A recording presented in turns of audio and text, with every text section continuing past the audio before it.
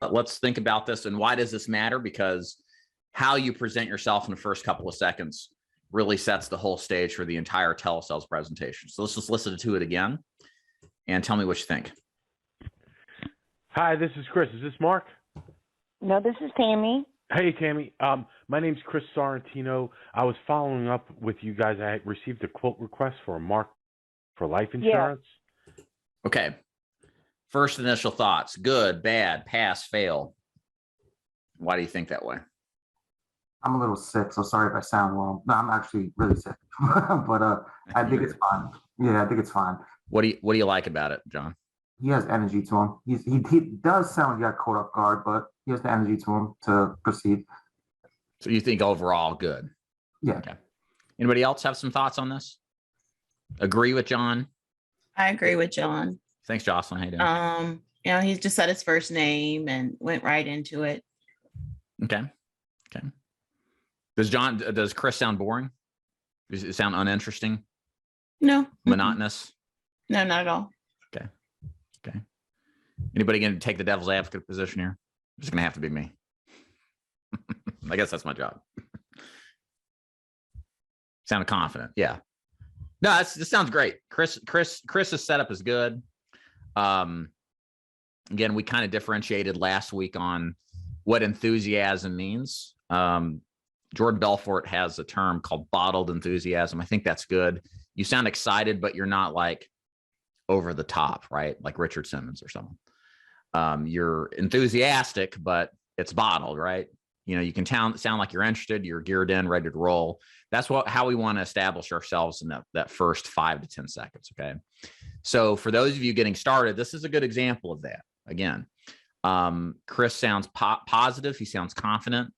He doesn't stall or hesitate. He sounds like he's interesting to talk to, but he's not over the top, nor is he monotonous. So this is kind of that middle ground we're trying to achieve. Now, Michael, the good point you bring up here. Now, this is a bit of a unique lead. This is a digital lead where they've requested a quote online. So that's part of the reason why he mentioned it. It was specifically for requesting a quote. So when you guys call your leads, what you have to do is think about how the lead is generated and what terminology is used. It's always safer to say, I'm calling you back about those state regulated final expense programs, or the final expense program request on Facebook, or you requested over the phone the other day. Using final expense plan is a little bit more of a neutral term versus life insurance.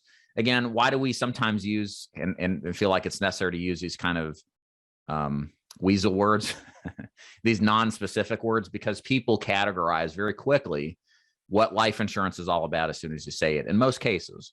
So many times if you say life insurance, they shut down and say, I already have it, or I'm not interested. They know what it's about right away. That's why, and we see this a lot even in annuity sales, where you'll listen to, I've heard these radio programs where these annuity people who are talking about how to, save money without the risk of downside market loss and to also gain interest. They'll say everything about it except that it's an annuity. And it's intentional, right? Because people have a preconceived notion of what annuity is. And likewise, people have a preconceived notion of what life insurance is. We know our plans are different. We know that they can help them. And if we say life insurance all too often, too early, they close their minds off to what it is we're talking about too soon. And you may be in a position where they're not open-minded to listening to you, if that makes sense. Okay, I agree. High energy and casual, but with confidence in his voice. Doesn't sound scripted. Yeah, exactly. Hey, Marty, how you doing? Thanks for being here. Yeah, it doesn't sound scripted. He sounds good. Kind of casual. Now, did you notice what did Chris say about how this call came in? Anybody catch that? He said he triple dialed and then called him back. Triple dial. And was Mrs. Jones here going crazy, screaming at him, angry man? No, she was relaxed, which kind of surprised me, actually. Again, listen to this opening. We'll keep going afterwards. But again, this is a triple dial. And I say this because a lot of you out there I know are like, well, I don't want to bug Mrs. Jones or these leads and dial them to death and make them angry and upset. Well, this is the example of where it doesn't happen that way. And what we think happens doesn't happen.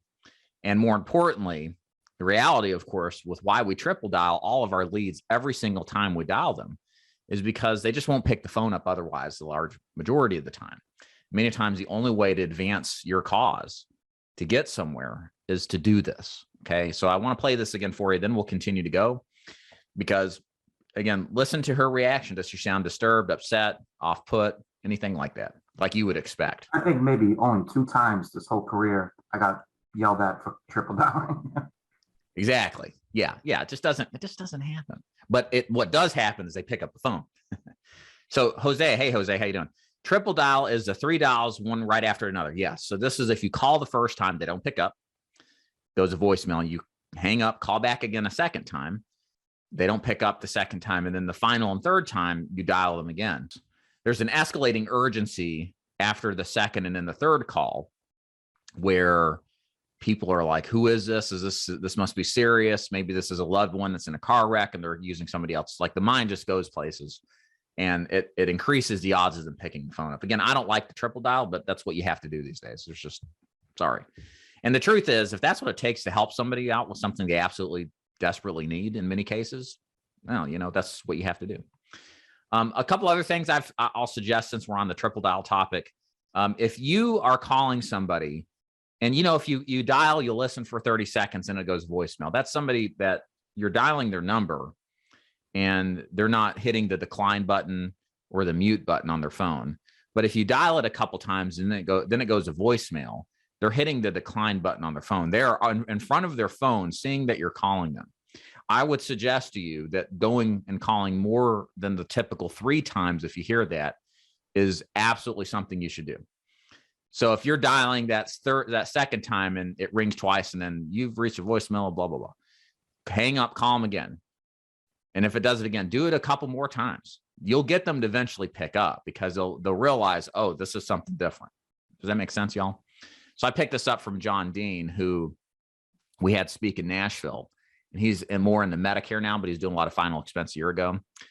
He's written 700 Medicare plans this year.